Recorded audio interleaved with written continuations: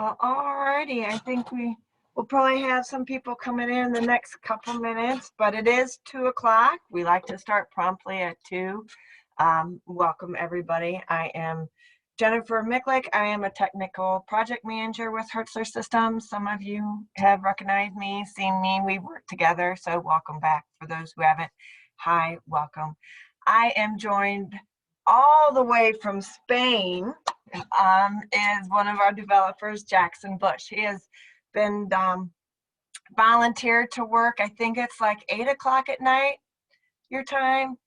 So we're right. Okay. So we're really appreciative of his time. So a couple formalities here. We always try to answer all the questions during the presentation. However, if they're in depth or very technical, as some of you people can ask some really good questions, right? We'll answer them afterwards if we don't have time. We are recording, so it's posted for future viewing, and you can get that from our website.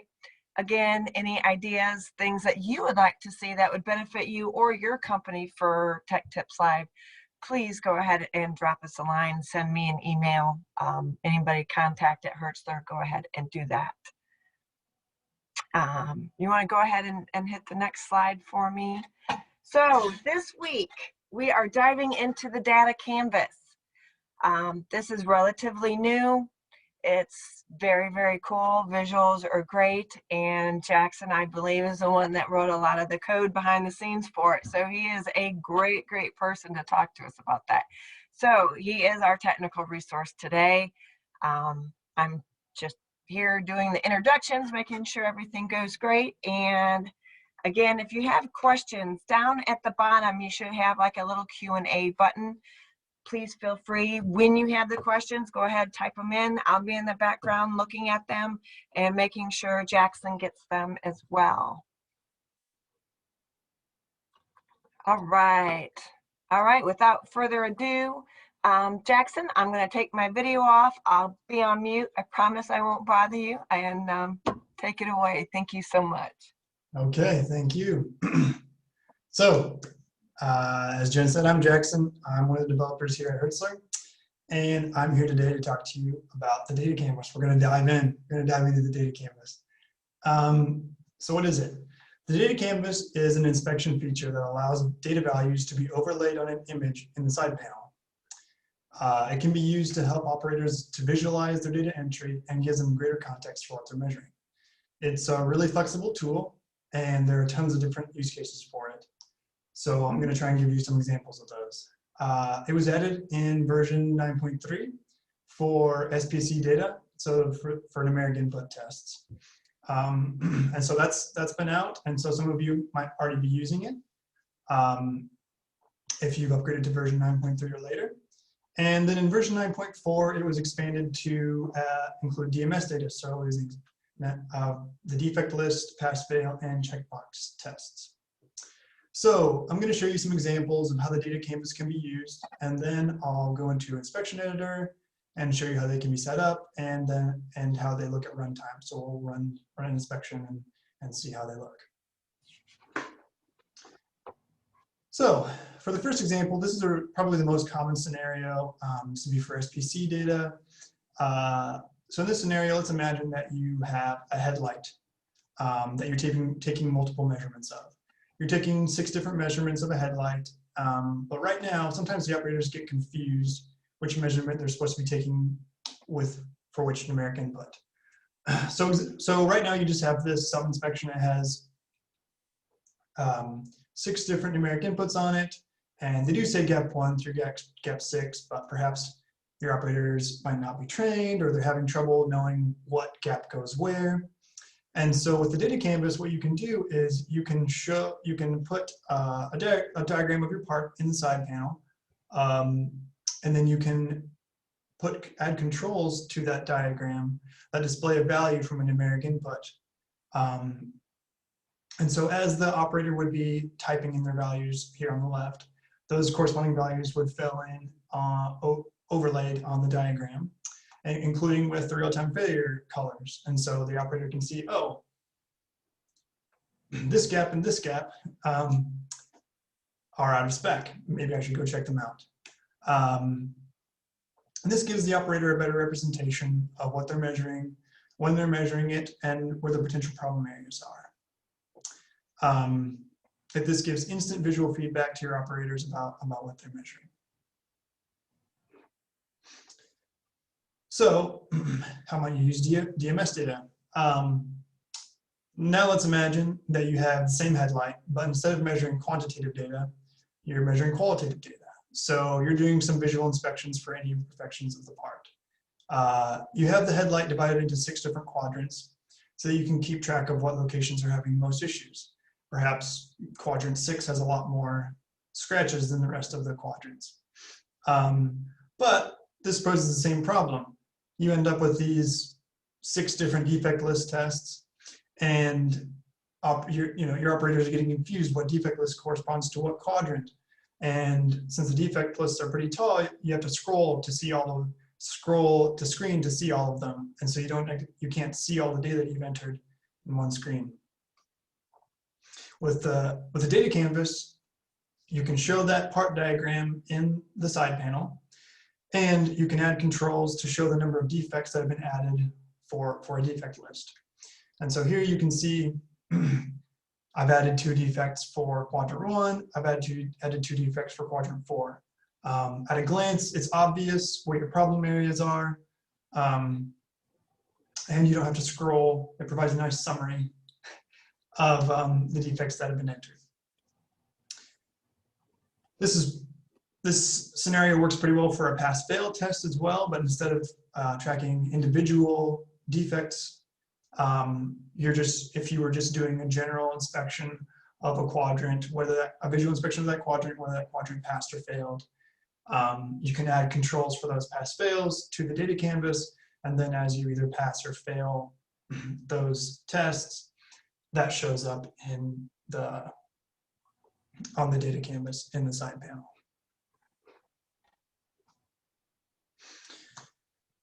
Another example of how you might use the checkbox test.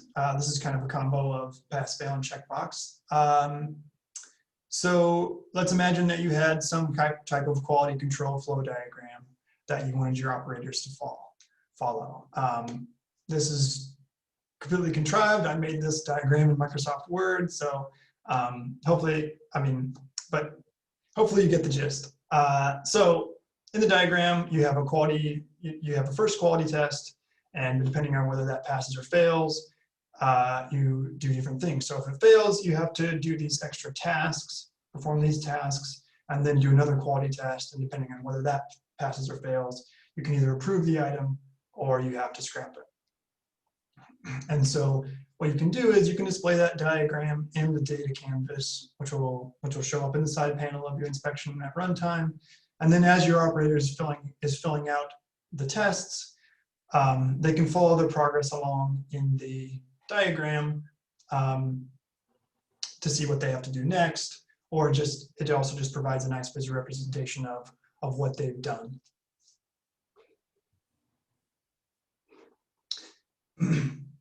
In this example, as the previous example showed, you can combine controls for different types of inspection tests as much as you like.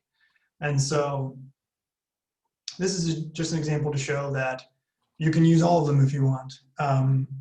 So we've got some numeric input tests for these 4 different gaps that are showing here, and then perhaps you're also doing some visual inspections of different problem areas, and then you have kind of a summary area at the bottom that shows that all your visual checks have passed.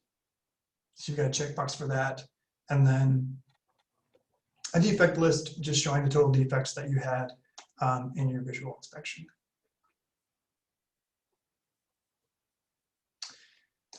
And this last example, this idea actually came from a real world example of a customer that's on version 9.3, and that's using the data canvas. And so they're not actually displaying those readings on a part diagram. What they're doing, and I think it's a cool use of it, is they're just using it as a way to control the layout, control the displaying of their data. And so they're measuring 8 gaps. And so these are just the individual readings from numeric inputs on the test pane, but then they're also showing some aggregate calculations here in the middle. And it's just it's a nice way to show their operators some data in a different layout than what they would be seeing in the left pane where they'd be entering data. All right, so after seeing all those different examples, I'll go into Inspection Editor and I'll show you how they can be set up. So let's rewind a little bit, all the way back to that very first example where you have a headlight and you're collecting SPC data and you have those 6 different gaps that you're measuring on it, and you want to be able to show that in the side panel with those controls on it. So I'll go into Inspection Editor. So here I've got a sub-inspection with 6 different numeric inputs, each corresponding to a different gap on that headlight. The data canvas is an inspection property. So I'll click on the sub-inspection property. So I'll click on the sub-inspection and then go into the data canvas property, and that opens the setup dialog. The first thing to do to set up the data canvas would be to choose the image. So click choose image, and I'll pick that headlight diagram. Now, once we have the image, you can see that those 6 numeric inputs are right here. There are different rows here. And so in order to add a control for a numeric input, all you have to do is click on that row and then click on the data canvas, and we add a control for it. Once you've added a control, you can click and drag to position it how you'd like. So I'll add those 6 different controls for those numeric inputs on their respective areas.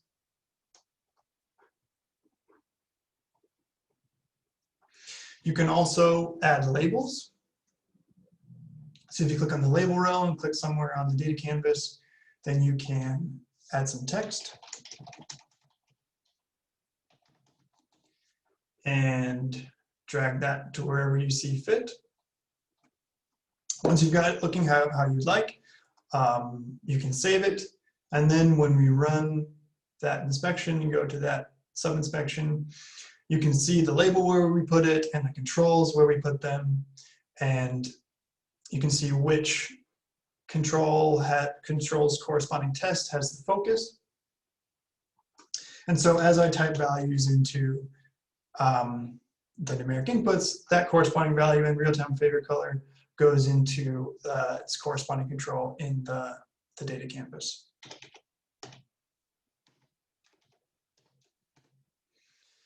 Another nice thing is that you can click on the tests in the data canvas and it will put the focus on that test's corresponding numeric input. And so I can click here and type a value, and then I can click here and type a value, and so on and so forth. So that's an example of showing how it works at runtime. Now I'll go through and show those earlier examples those screenshots I showed earlier. I'll just show how those look at runtime as well.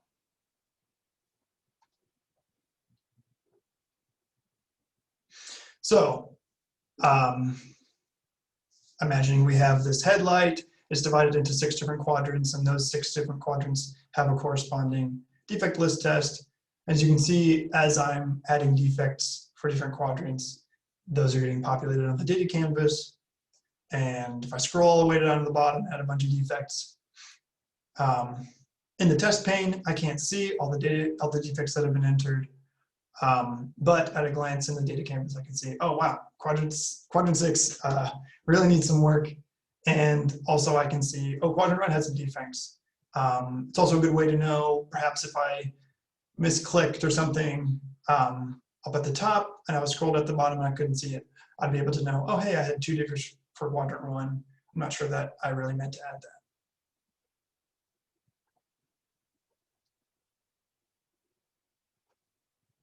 Similar example, but for the pass-fail tests, as I click pass or fail on the tests, in the test pane, those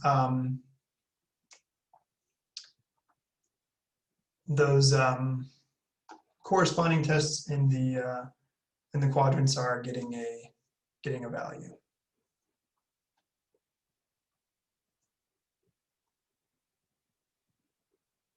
Same thing for the checkbox. This is, remember that quality control diagram I had. You can see as I fill out the sub-inspection, I can see, oh, my test failed. I need to perform these tasks. Once I perform those tasks, now I need to do the quality test number 2 again. Let's say that we passed, and now we can approve the item.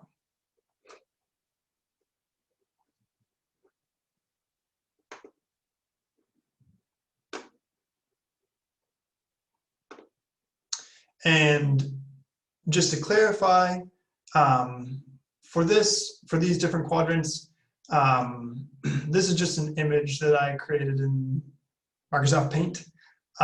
So I just took this diagram and I added a grid to it. So it's very customizable. You can add pretty much, create any image you want and then use it in the side panel. And all I did was add for the data canvas was just add the controls on top of it. Let's see. So here's the combo of all of them. Again, they all work in harmony. They play nicely together. You can use all of them at once.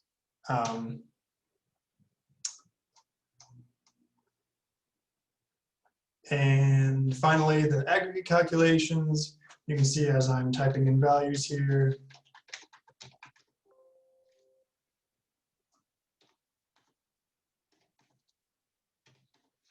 the aggregate calculations are updating, and the values for those numeric inputs are being filled in here. The last thing I wanted to show you is setting up data canvas for tests. If you have a lot of different types of tests. So the first time I showed you, we just had a bunch of numeric inputs, but in this example, we have numeric inputs, fast fails, checkbox, defect list. And just to show you how they all can be, how you can tell them apart, let me choose my image. And then you can see each row here has the type of test. So you can see these are numeric inputs, these are pass fails, this is a checkbox, and this is a defect list. As you add them onto the data canvas, you can see that they get prefixed with the test type. So this is NI for numeric input, should be PF for pass fail.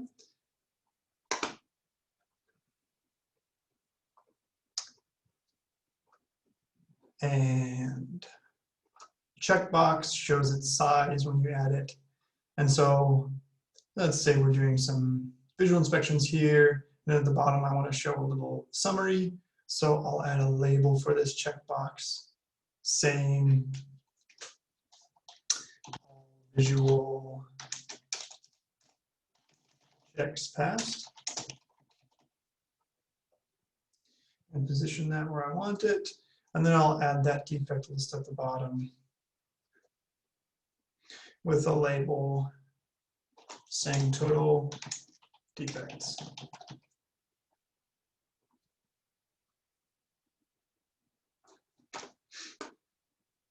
I'll save that, and then when I run my inspection, you can see the one I set up. There are the controls I added, the summary at the bottom, and they should all fill out how we expect when you type in controls.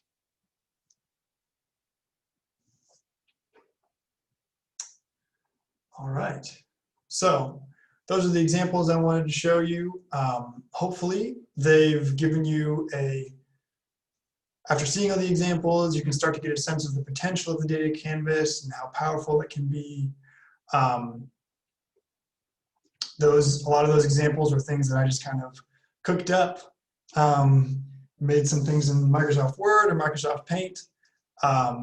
So yeah, it's very flexible, and we can't wait to see what kind of ideas you all come up with and see how you put it to use.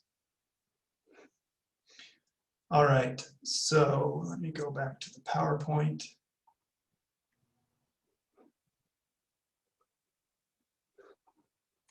And Jackson, thank you very much. I know that I even learned some new things, so that's awesome.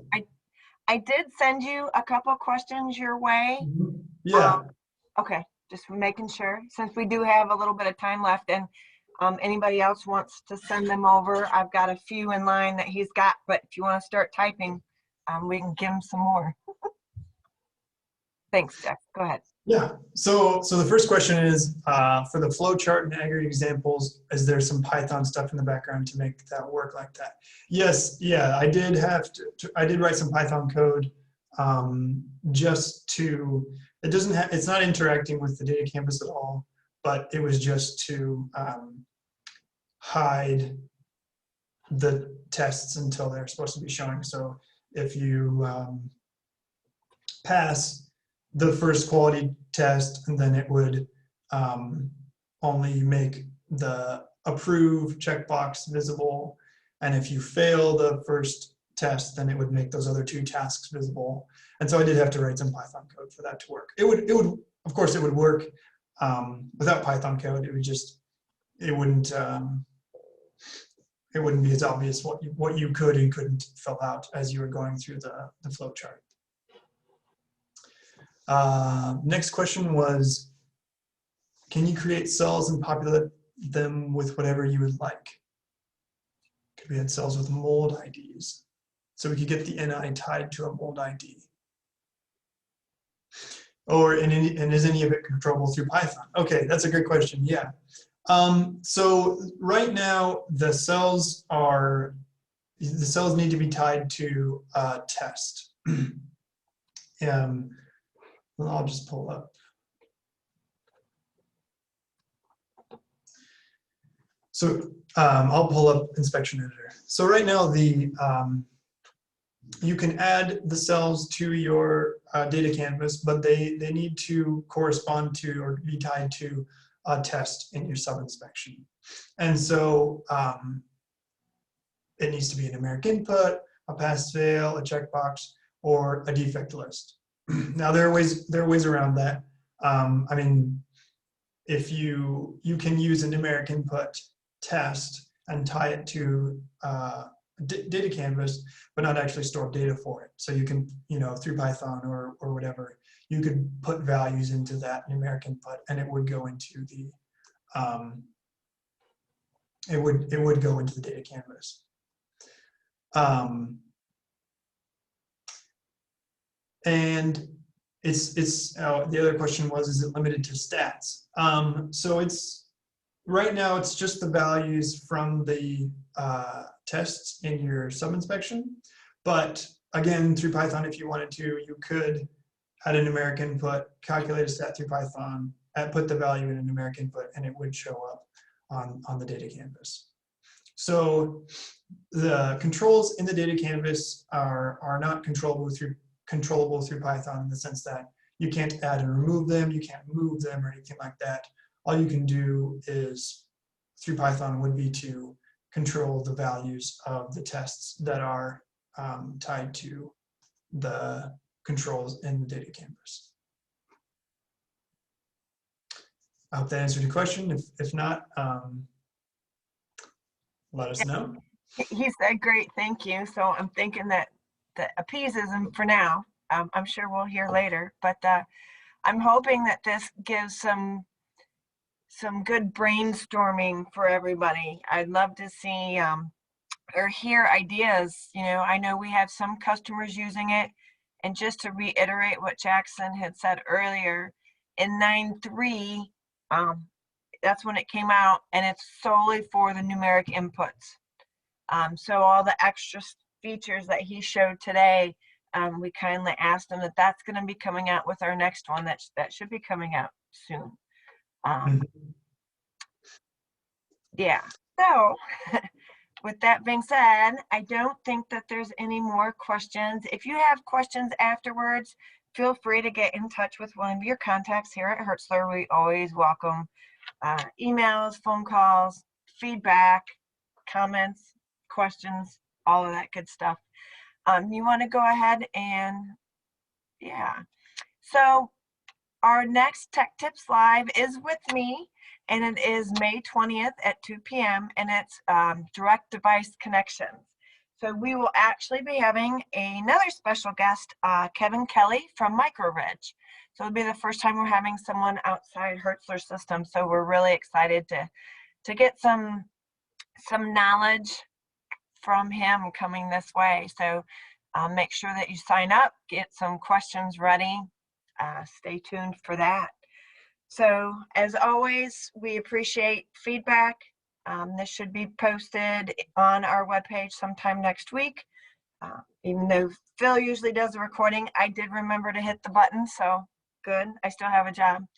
And we're about 4 minutes early, but I will let everybody get back with their day and say thank you so much for attending. I hope this is valuable. And if you've learned something, or if you've got ideas to even make it better, let us know. I think the enhancements for the DMS came from a suggestion. So you never know, the next suggestion we could use is yours.